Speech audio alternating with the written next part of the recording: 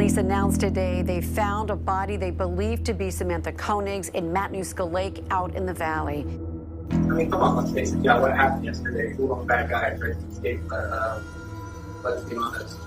Nobody really thought it was a good guy for that. So. In this episode of Suspect Zero, the case of Israel Keys. Welcome to episode 1 of Suspect Zero, where we not only discuss unsolved cases, but serial killers whose crimes are lesser known or virtually unknown, yet the most terrifying. I'm Dawn Washburn, and joining me is my co-host, Dr. Michael Arntfield. Hello, Michael. Hey, Dawn. Good to see you, as always. Good to see you as well. We've got an especially, I think, riveting case and offender to discuss this week. I agree. This is an anomaly of sorts. A singularity, they called him, yes. Yeah, he's quite an interesting character. So when I was thinking about this case, I started mulling over some questions about it. So I came up with some things to talk to you about today. When does a person realize who they are? At what age do they validate whether they're gay or straight, a loner or a socialite, a geek or a jock? Are they predisposed to certain tendencies such as violence, rage, or even aggression? When does a person realize they're different? It's 1992, and young Israel Keys has a friend over for a few days. The two decide to wander into the woods, but before they go, Keys decides to bring the family cat, a mischievous cat that gets into the garbage a lot. Once they reach their destination, Keys thinks it would be fun to hang the family cat from a tree and shoot it in the stomach. As he's laughing at the situation, he turns to the other boy and notices that he's throwing up and visibly upset. It's at this moment that Israel, at the age of 14, realizes he's different from his peers. That was the last time anyone has ever gone into the woods with me, Keys stated in an interrogation room. He makes the realization that if he's going to kill and fulfill his need to kill, it would need to be done through a separate life. Israel Keys will become two different people, one that society deems as normal, and one that will terrorize them for years to come. This episode will focus on Israel Keys, an American serial killer, rapist, necrophile, arsonist, burglar, and bank robber. He admitted to violent crimes as early as 1996 with the violent sexual assault of a teenage girl in Oregon in a spree that lasted pretty much until his capture in 2012. So I'm passing the torch to you now, Michael. I don't have the answers to these questions clearly, but I'm sure that people think about this when they think about someone and their decision to kill. So it's not technically a decision. I mean, if you hear the way that he, at the age of 14, thinks this is normal activity and then realizes that the other boy is not handling it the same way, it's at that moment he realizes, I think I'm different. Yeah, and 14 is comparatively late for a few reasons with Keys. So often offenders will begin exploring, and we've talked about this in other episodes, begin exploring and indulging certain fantasies that take hold when they sort of become sexually self-aware, which there's no single age. That's going to vary by individual. But often we see these paraphilias begin to take hold, 10, 11, 12, and earlier in some cases, 8, 9 even. And it doesn't take too long before, again, the inherent deviance of these practices becomes known to the individual, and they learn how to cover their tracks. And this could be something as simple as deleting a browser history or ensuring if you're going to do something especially weird in your room, no one's home. And in Keys's case, he has sort of this delayed onset of this awakening because he grew up in relative isolation. His parents were really sort of flavor of the week religious zealots that floated cult to cult. I mean, they started sort of with some Mormon and Amish groups and ended up into some radical right-wing neo-Nazi Christian fundamentalist groups. So he didn't really have any peers, and he had a large family of siblings and a father that was suspected to be abusive. So he really didn't have this reflectivity, this social, not engineering, but sort of this, he wasn't properly socialized to the point that, he ever actually saw a visceral reaction of somebody to the things he said and did. So it was that at that moment that this alter ego really crystallized, which for a lot of offenders is much earlier. Alter ego is a great way to Yeah. put it, because, you know, when I was reading about him, that's initially what I thought, because people would say they couldn't even believe he would be at the barbecues. It would be so normal. Actually, he was doing construction at a house, and I remember looking at it and saying, oh my God, he looks like a friend of ours. You know, he literally does. Like, the whole thing. Like, he could show up at your house to do some construction and nobody would even know the wiser, but he lived these two lives and he lived them well. Israel Keyes was born in Cove, Utah on January 7th, 1978. He's the second of 10 children born to Heidi and John Jeffrey Keyes, a couple who didn't believe in government interference, public schools, or modern medicine. They lived an isolated existence in the woods. In July 1998, Keyes joined the U.S. Army.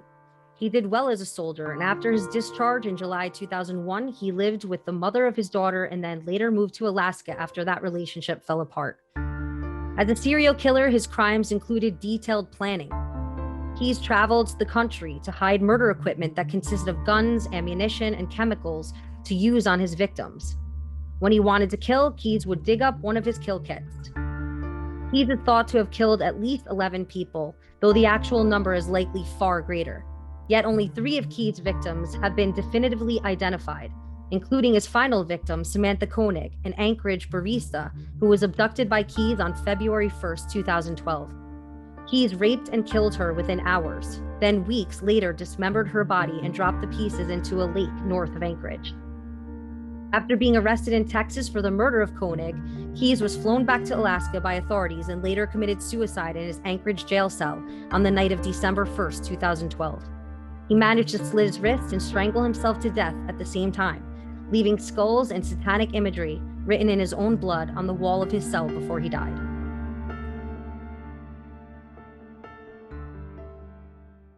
It took until he was 14, 15 to realize that he was different.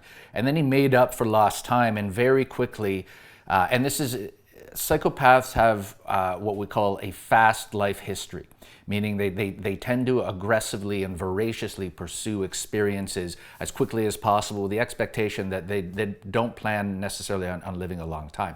And they want to maximize the breadth of experiences and intensity, and that's a term I'm going to come back to later.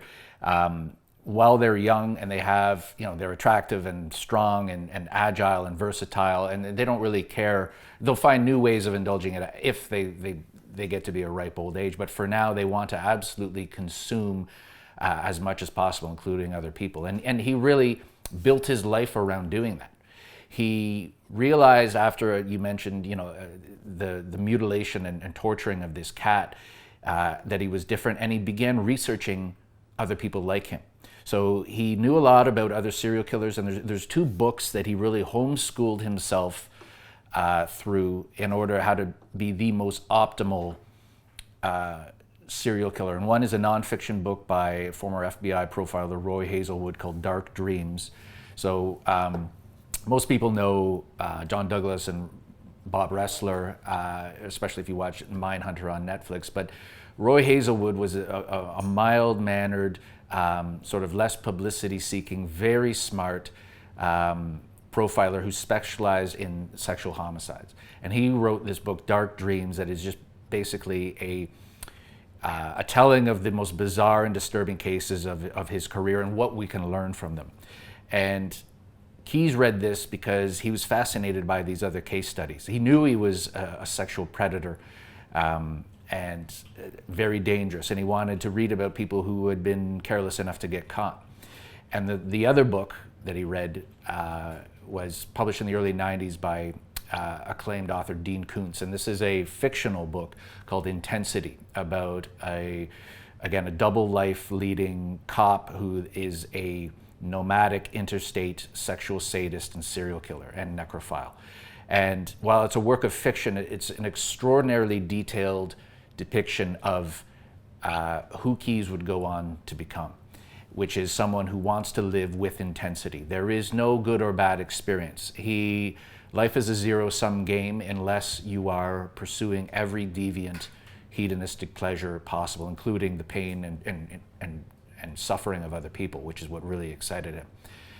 And that's why Roy Hazelwood's book is the tie. Dark Dreams is such a interesting tie-in to Keyes, because Hazelwood was the first expert to say there's two types of sex offenders that can never be corrected or rehabilitated.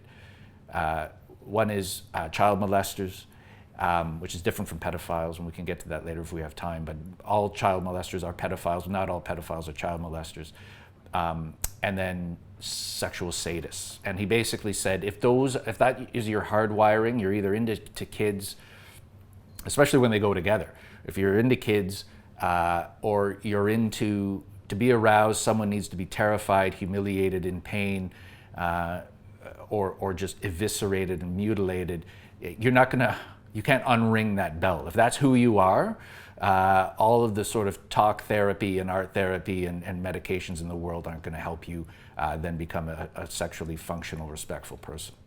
And the irony about him is that he, was able to live these, because you normally think that a serial killer has absolutely no emotion. Like I would think that if I was married to one, right, who was keeping a double life, that what I picture is that he has absolutely no emotion. Like, am I ever even going to reach him? Like, if I'm crying about a fight we had, does he really care? So those things run through, but then you see where he does protect his family. He does want to protect them from, even his mother. He's like, she's going to take a heart attack when she hears all of this. There was a side of him who wanted to be outed and have his crimes be publicized so he can get the recognition for it.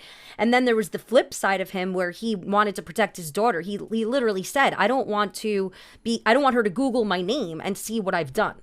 So I found that to be interesting about him, that he did have some kind of conscience, maybe not with his victims, but with his family, who ultimately will become victims as well. But, so I found that to be something that was interesting about him. And his nomadic way, I didn't really think about this, but you did say they don't think that they're going to live a long life. And I always saw them as narcissists who thought they were going to get away with it until the end. But he also studied interrogations, investigations. He studied that so that he would know how to cover his trails. And then those kill kits. He had those murder kits placed all over the country. Yeah, so, this is what's so fundamentally terrifying about this guy is, so he moves to Alaska eventually, as many people looking to get off the grid do, and he operates a small construction and renovation company. But he uses Alaska. So there's been a lot of nomadic interstate serial killers, that we've discussed already on this show. But never do I know of, or have I heard of, a serial killer who actually books flights to random cities with the view to committing murder holidays. So he would hop on a flight, for instance, to Boston under the pretext of going to visit family, rent a car in Boston, and as you said, go purchase a bunch of torture and murder instruments, put them into a Home Depot bucket, bury the bucket, and that would be phase one of the trip, and then he'd go back. The idea being that he would never be traveling, doing all this at once. When he flew back to that area, he would dig up the kit and go hunting. And he selected people at random. One of his victims, where he was just in the mood, as many sadists are, they don't have a particular type. It could be all ages, all genders. But he wanted a middle-aged married couple, and basically to torture, murder, and mutilate them both and have them watch each other. So he picked this house. He was driving around. He had picked up his kill kit after flying back to New England, and from his construction experience, selected this house because of the design of the garage. And he knew that he'd repaired doors like this before, and he knew that the man door from the attached garage would be easily breached. And those bodies have never been found because he disposed of them in a vacant house that was later torn down, and their skeletons are in a landfill somewhere. So this is what's truly terrifying, is he's not just roaming the highways. He's booking vacations, buying supplies, and striking in as many different places in as many different ways as possible. And this was all by design, including relocating to Alaska. And he was caught, and we'll talk about how he was caught, and because that's just a fascinating story as well. But he talked with an army buddy when he was in the military, And again, some of these cracks and fissures started to show. Most people thought, you know, he was just a straight-laced, order-following, run-of-the-mill GI, whereas, you know, some other people saw and heard some things that disturbed them for years, including he told one of his fellow soldiers that he had basically, when he got out of the military and returned to civilian life, he had two plans. He had his short-term plan and then his long-term plan. So his short-term plan is to commit what he called mass kidnappings. And this is ultimately what got him caught. The idea was he wanted to kidnap 4 or 5 people a month, keep them in separate places, again, all ages. So teenage girls, older men, you know, middle-aged professionals, and ransom them for reasonable amounts that a family would pay or had the ability to pay. So not millions and millions of dollars, but, you know, $5,000 or $10,000, and come up with a reason why these people were abducted and use their phones to communicate with their families. That minimizes the likelihood of the police or FBI being involved. It maximizes the likelihood of people paying quickly. So he could make $50,000 a month, and his intent was to torture and kill all these people. But in the meantime, they'd be in different states, in different cities, and the dots would never be connected. So he would make his money indulging in his twisted fantasies that way and make a lot of money. But then his big plan, as he called it, and this is why not a lot of people know about this case. His big plan involved some rural properties, some rundown, you know, barns and shacks that he had throughout the U.S. And when he was finally arrested for the murder in Alaska, which is the only known killing that he committed in his home state as an adult, the FBI and ATF got onto him and they searched these properties, and whatever was in there made Israel Keyes a individual of national security interest, and that remains classified. So while he's kidnapping, torturing, and murdering in the short term, whatever his big plan was a threat to national security. So we're talking about a sadist who is ultimately genocidal, and whether it was a dirty bomb or some kind of other series of explosives, his idea was to ultimately just destroy as many people in as many different places as possible. And because his murders are loosely connected to that classified component that is, again, a national security threat, there hasn't been a lot that the press have been able to get on him, because a lot of it is classified or redacted.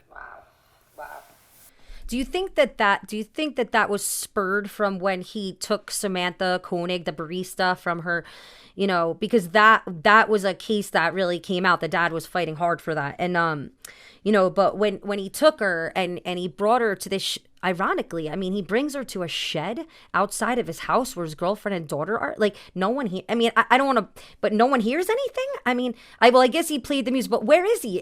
Don't you come out and check on your, like, what are you doing? You know, nobody's checking on him, but he brings her to the shed and just really does horrific things to her. And then comes back, braids her hair, sets her up like she's alive to get money from the family. And the family immediately notices she never braids her hair. Her hair is never like that, you know, and that triggered a little bit more of a, right? I mean, do you think that had a lot to do with like the beginnings? That was his attempt to begin initializing. So he had already been working on whatever his big plan was, and that's why whatever they found. So he'd been amassing some kind of weapons of mass destruction in these rural properties. But yeah, Samantha Koenig, this is his first attempt to actually then kickstart his short-term plan with these mass kidnappings in different places. Right. So, I mean, the details of that case are so disturbing. Here's a young girl. She's working as a barista at a drive-through. They call them coffee huts. So these are small shacks in the middle of nowhere in Alaska that are basically quick drive-through stop-offs for coffee and other drinks for you know, people working the highways and loggers and miners or whatever. And these girls work alone.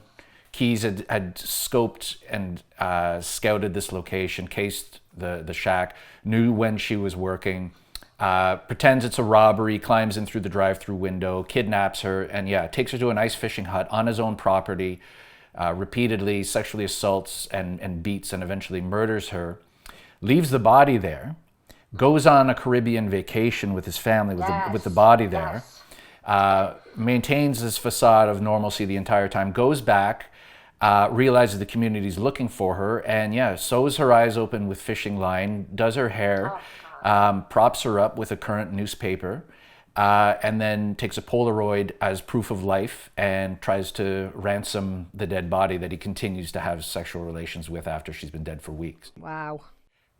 And it's amazing then how he gets caught, because he goes on another one of his excursions down to Texas with her debit card.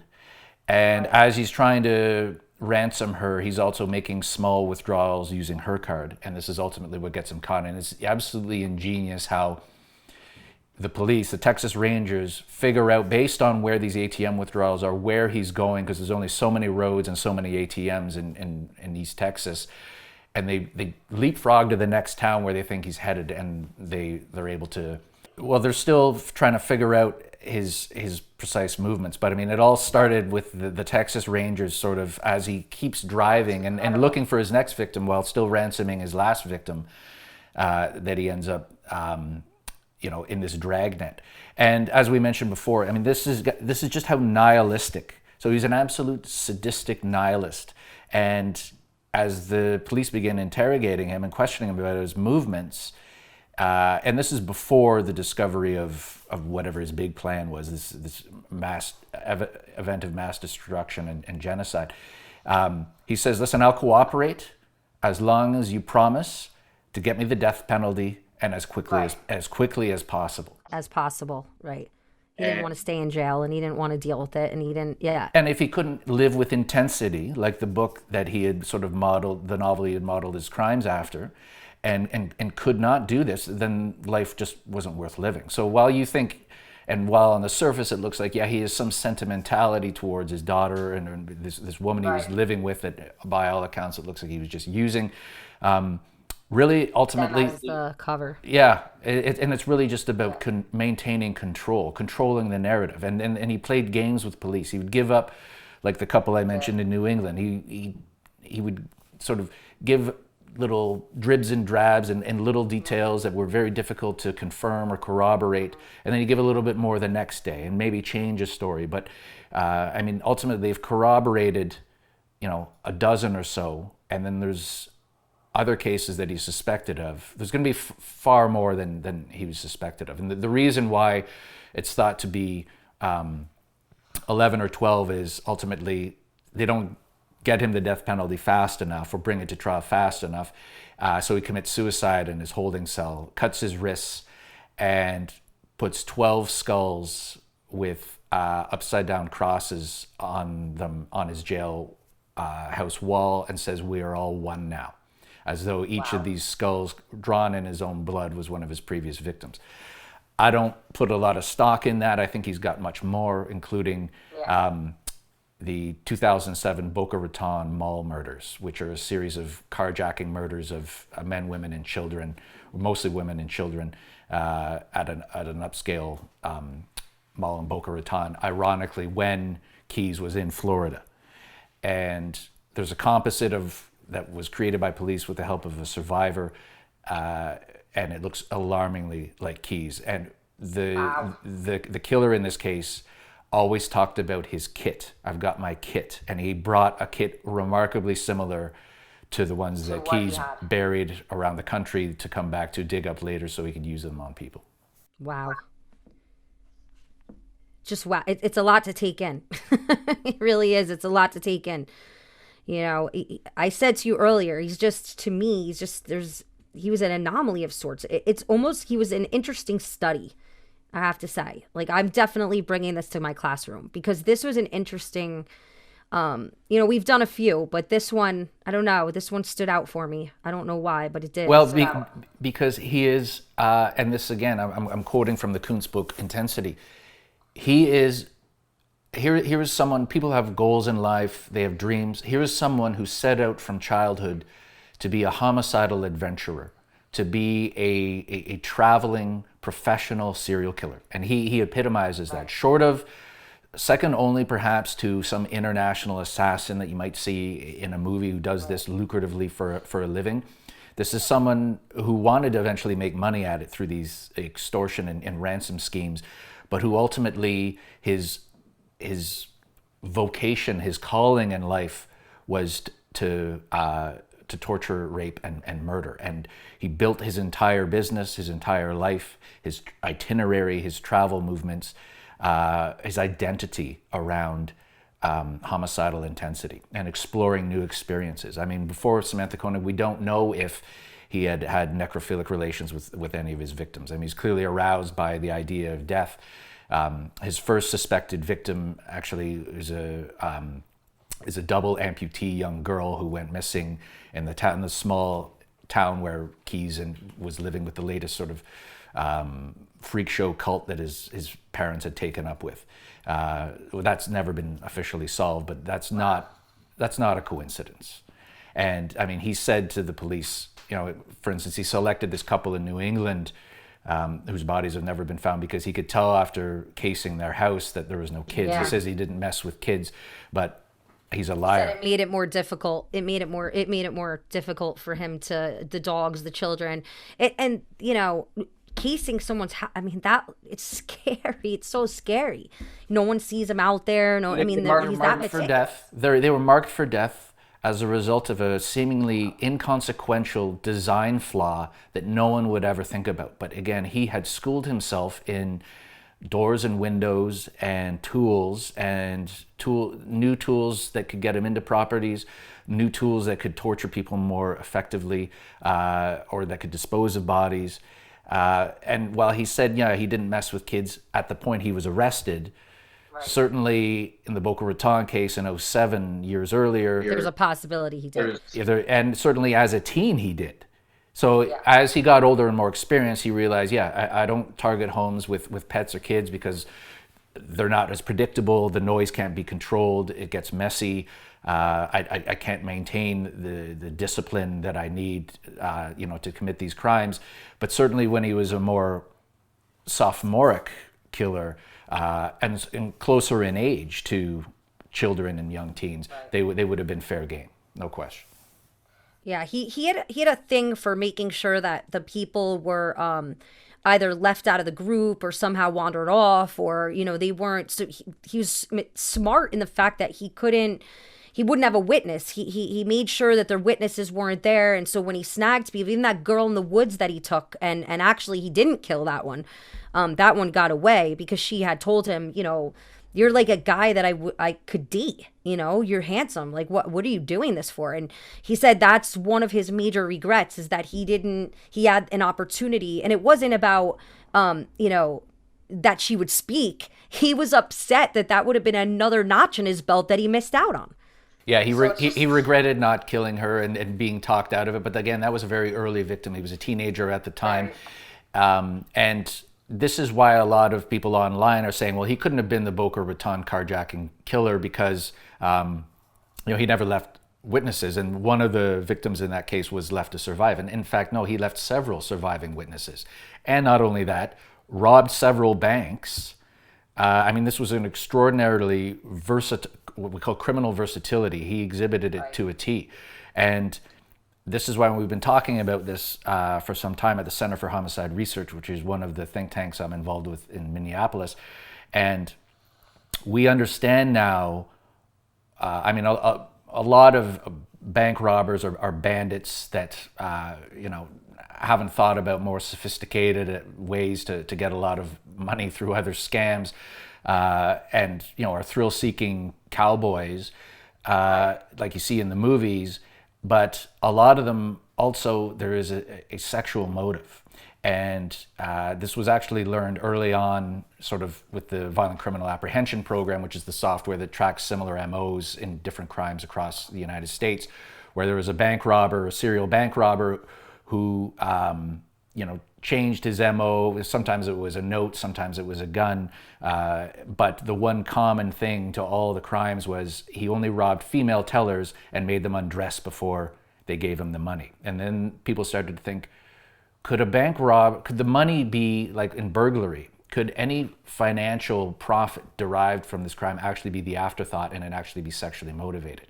And we now see with Keyes, and he even admitted this, robberies were like an afterglow. So you would have this incredibly intense orgasmic experience torturing and murdering and mutilating somebody, but then he would ride that high, and he would sort of need just something to pass him over. He wasn't ready to kill again yet, but this was sort of like foreplay for his next crime, and he would rob him. Yeah, he did say that. Because He did. He said it was a thrill. He said it was a thrill thing.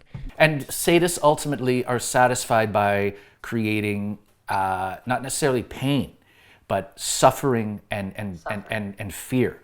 So you know, so he didn't make a lot of money off these bank heists necessarily. You know, just cash drawer hauls. And he didn't take the vault or anything like that. But you know, the few hundred or few $1,000s he got was just sort of a gratuity for the satisfaction he got of, rather than commit some fraud to get that money, that you know, like seeing the look of terror in a teller's eyes, begging for their lives, that's what was ultimately the satisfaction. And in the book, the definitive book about Keyes, American Predator, which is just, as I mentioned, a great read, there's a story that he admits to the police that as he's traveling around the lower 48, I mean, because who's going to think a crime committed in Missouri is a contractor in Alaska who would flown there? You're going to be looking at all the local, you know, usual suspects. Like he was that far ahead in terms of investigative countermeasures and trying to outwit the police.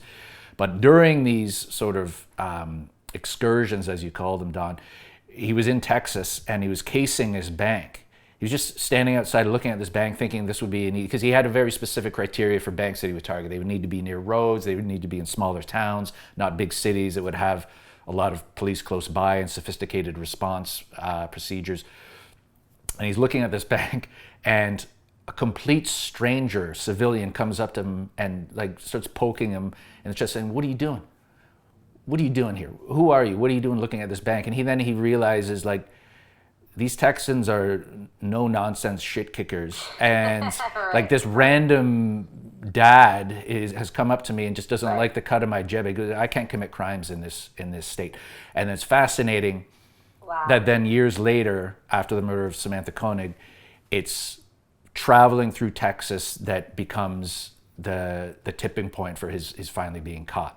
And they're the ones to get onto him. So this isn't an ode to Texas, but he was a psychopathic, sexual, genocidal sadist was afraid of civilians in Texas enough that he stayed out of that state until his final victim, and realized he would never try to rob a bank in Texas. It's just Go Texas. It's just it's so richly ironic.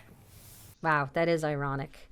This has been some story, Michael. I mean, this was one that I really, I don't know, I got into. I really did. I don't know.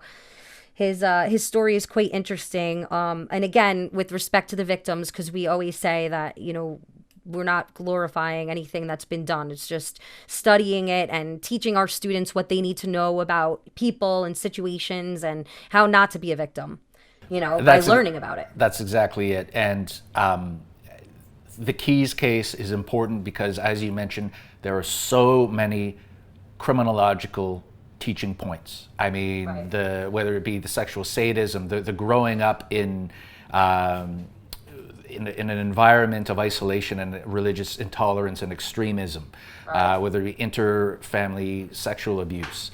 Again, the psychological profile on this guy is all over the place. And just in terms of then the investigative methods used, from, again, digitally tracking his victims and geoprofiling where he's likely to go next based on the transactions with his victim's debit card, to how they interviewed him, and how he was ultimately then, from a correctional perspective, able to get a hold of an edged weapon to slit his wrists. And Pencil. Yeah. And so, I mean, he could have just as easily used that on the interrogators or the guards. So, I mean, there's so many professions in and out of the criminal justice system that can learn so much from this case, and nobody knows about it. And that was the whole basis for the book American Predator, which is that this is the most terrifying, professional, homicidal, adventuring serial killer and would-be terrorist, and you've never heard of him. Right. Anything else on him you want to ask me? Because I mean, for our listeners and viewers, we do not script this. This is like the serial murder version of like Between Two Ferns or whatever that show is. Which is why sometimes I'm scrambling. I look at my stuff. I'm like, oh my God, I hope I gave the right date to the listeners. So if I didn't, it'll be corrected. But yeah, I mean, we don't script it. It's kind of just coming off the top. And what we research, it's important. So. Yeah, I mean, I know a lot about these cases because my work involves lesser known cold cases and using lesser known techniques to try to solve them. And by circumstance, then you stumble across these cases as part of my research or our research that involve really obscure known offenders that just for whatever reason aren't part of the popular vernacular, aren't household names, and should be not because we glorify these people, who at the end of the day are scumbags and monsters. Yeah, it's awareness. It's awareness, and it's especially from an investigative perspective. I mean, if you're a homicide detective anywhere and you read the case of Israel Keyes, you need to rethink everything you think you know. So that couple in New England that went missing, now we know. I mean, the case was never solved. Who knows what efforts were being taken? Their skeleton, mutilated remains are in a landfill somewhere that we'll never know about. I mean, they were disposed of in a vacant house that was sold and then demolished without ever being inspected. That was Bill and Lorraine Currier. Yeah. Demolished without ever being inspected, or someone walking through it who would have found them. But whoever fielded that missing persons report and eventually declared them dead, would you ever in a million years think someone from Alaska flew to Boston, rented a car, that was the point, drove for days, dug up a kill kit, and then randomly selected their house because of the garage design, and now they're in a landfill somewhere? That was the point. There is no script to anything anymore as a result of, this has really been an awakening, I think, for everything we thought we knew about what a term that used to be used is sort of fallen out of vogue, but organized offenders. So Israel Keyes takes that to a whole other level. Booking plane tickets and selecting cities and burying kill kits weeks or months ahead of time and then going back. But to be so specific in victim selection even, and versatile. So he's killed teenagers, he's killed grown women, children, and then his mood of the day is that now I want a middle-aged couple, and I want to rape a man and make his wife watch. So again, if you haven't already done so, and you're an investigator, you need to absolutely rethink the conventional wisdom on victimology, on organization, on mental rehearsal, on mobility in terms of serial offenders. And a case we're going to be talking about in a couple weeks, is Israel Keyes, but in multiple countries. Jack Unterweger, who was a Austrian, get this, true crime journalist who used his position to travel around Europe and then to the US and kill people as while researching killers. So he's thought to have killed in... That's going to be another one. Yeah. And again, went to the wrong state, not Texas, but I won't spoil it. But his mistake was going to the US where he got sloppy. And fortunately, whether it be Keyes or Unterweger, even the most organized of serial killers subscribe to what's known as the least effort principle, which means when you do something time and time again, you ultimately look to reduce the amount of effort that you have to put into it. And fortunately, that means usually they're getting caught. Right. He even you said something before about the using the pencil and being in there with the investigators. So it just triggered my memory real quick about his demands. So he was asking for this candy bar, and he was asking for this Americana cigar, and and his coffee, and so there were some things that were just mainstream. He was mainstreamed as well as what he was doing on the side.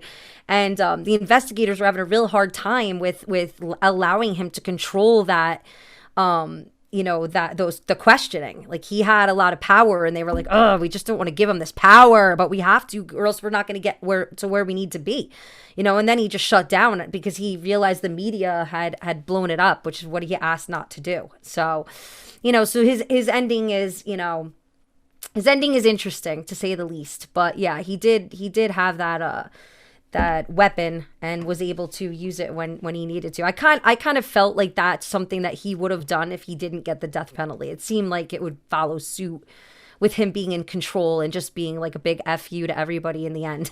Like, you're not getting the info, and I still did what I needed to do the way I wanted to do it.